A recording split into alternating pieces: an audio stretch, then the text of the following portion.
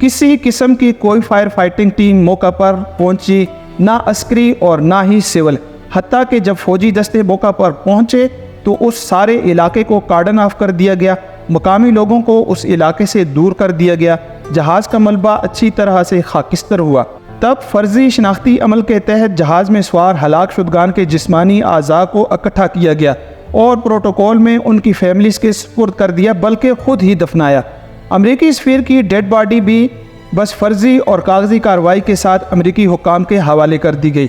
General Zia کی dead body in کے ایک دانت کی شناخت کی بنا پر ایک باکس میں ڈال کر پاکستانیوں کو لالی پاپ دیا گیا، اور کہا جاتا ہے کہ طارق بشیر چیمہ کے حکم پر پوسٹ مارٹم روکا گیا تھا۔ کچھ ہی عرصہ کے بعد طارق بشیر چیمہ کے بھائی پیپلز پارٹی کے ٹکٹ پر MPA بن گئے تھے۔ ایسا ممکن نہیں کہ ISI اتنے بڑے فوجی فضائی حادثے کی تحقیقات سے لا تعلق رہے، بلکہ اس معاملے میں ISI نے خود کو اس ساری تفتیش سے بھی دور رکھا اور نہ ہی کوئی مدد کی۔ FIA تحقیقات کرتی رہی، لیکن پھر اچانک تحقیقات روک دی گئیں۔ صدر غلام اسحاق خان نے اس فضائی حادثے کی تحقیقات فتح خان کے سپرد کی تھی، لیکن پیپلز پارٹی کی نئی حکومت نے فتح خان کو فوری طور پر تحقیقاتی کمیٹی سے ہٹا کر سٹیل مل کا چیئرمین لگا دیا۔ یوں فتح خان کی رپورٹ کا بھی کوئی پتہ نہ چل سکا۔ لودھراں پولیس اسٹیشن میں جو تحقیقاتی رپورٹ موجود تھی، FIA نے اپنی تحویل میں لے لی اور پھر اس رپورٹ کی بھی کوئی پوچھ گچھ نہ ہو سکی، لہٰذا پولیس نے بھی اس تفتیش سے ہاتھ کھینچ لیا یا پولیس کو روک دیا گیا۔ اس فضائی حادثے میں فوج کے اعلیٰ افسران کے ساتھ ساتھ 26 افراد بھی جاں بحق ہوئے، لیکن اس حادثے کی تحقیقات کو روک دیا گیا۔ یہ بھی کہا جاتا ہے کہ پیپلز پارٹی ضیاء الحق کے خلاف تھی اور پیپلز پارٹی کو یہ بھی پتہ تھا کہ اس سازش کی ذمہ دار کون لوگ تھے۔ اگر تحقیقات ہوتی ہیں تو نتیجہ کیا ہوگا؟ پیپلز پارٹی نے اس سے پہلے جو شخصیات ایسے حادثات کا شکار ہوئیں، ان کے معاملات میں کس قدر تحقیقات کے نتائج موصول ہوئے، اس وجہ سے بھی اس فضائی حادثے کی تحقیقات میں پسو پیش کیا، کیونکہ اس سے قبل مسٹر قصوری کی ہلاکت کی تحقیقات ہوئیں تو نتیجتاً ذوالفقار علی بھٹو کو پھانسی ہو گئی۔ الذوالفقار نامی تنظیم اس فضائی حادثے میں ممکنہ شمولیت کے باعث پیپلز پارٹی نے بھی لیت و لال سے کام لیا۔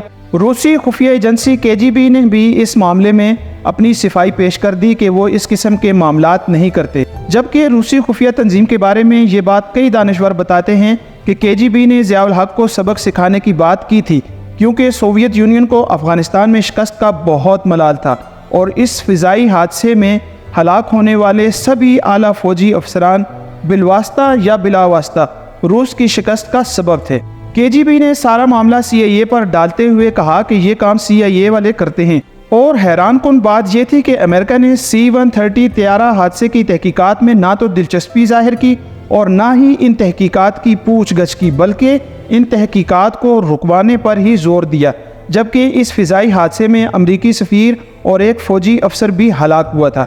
1988 میں بھارت میں معمور امریکی سفیر نے کئی اشرے گزرنے کے بعد انکشاف کیا کہ ضیاء الحق طیارہ حادثے میں یہودیوں کا ہاتھ تھا۔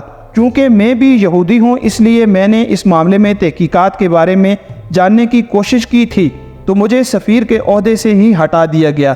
یہی نہیں، اس امریکی سفیر کو دماغی مریض قرار دیا گیا اور اس پر 20 سال کے لیے زبان بند رکھنے کی پابندی بھی لگا دی گئی تھی۔ جنرل ضیاء الحق کو اس لیے قتل کیا گیا کیونکہ روس کے افغانستان سے نکلنے کے بعد وہ افغانستان اور ایران کے ساتھ مل کر اپنی پوزیشن یعنی پاکستان کو مضبوط کرنا چاہتے تھے اور ایسی حکومت کی تشکیل کرنا چاہتے تھے جو باہمی دینی اور دنیاوی دونوں اعتبار سے پاکستان کے لیے قابل قبول ہو، جبکہ امریکہ سال ہر سال سے پاکستان، افغانستان اور ایران کے لیے منصوبے بنا کر بیٹھا ہوا تھا۔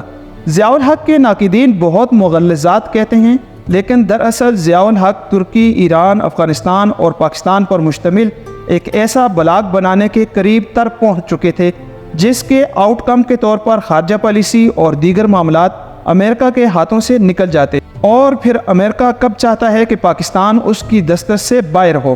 ناظرین گرامی، جنرل ضیاء الحق کو اس سازش کا پتہ چل چکا تھا، وہ بہت محتاط بھی ہو چکے تھے۔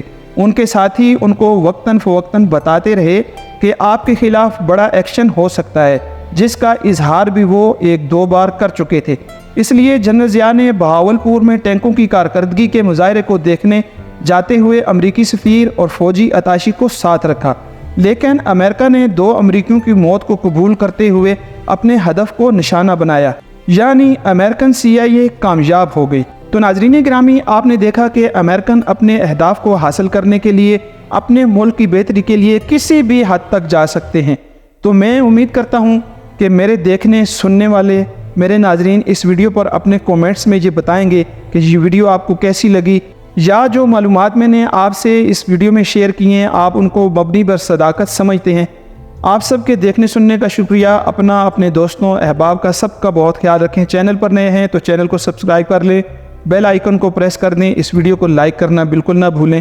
آپ سب کے دیکھنے سننے کا شکریہ۔ اللہ حافظ و ناصر۔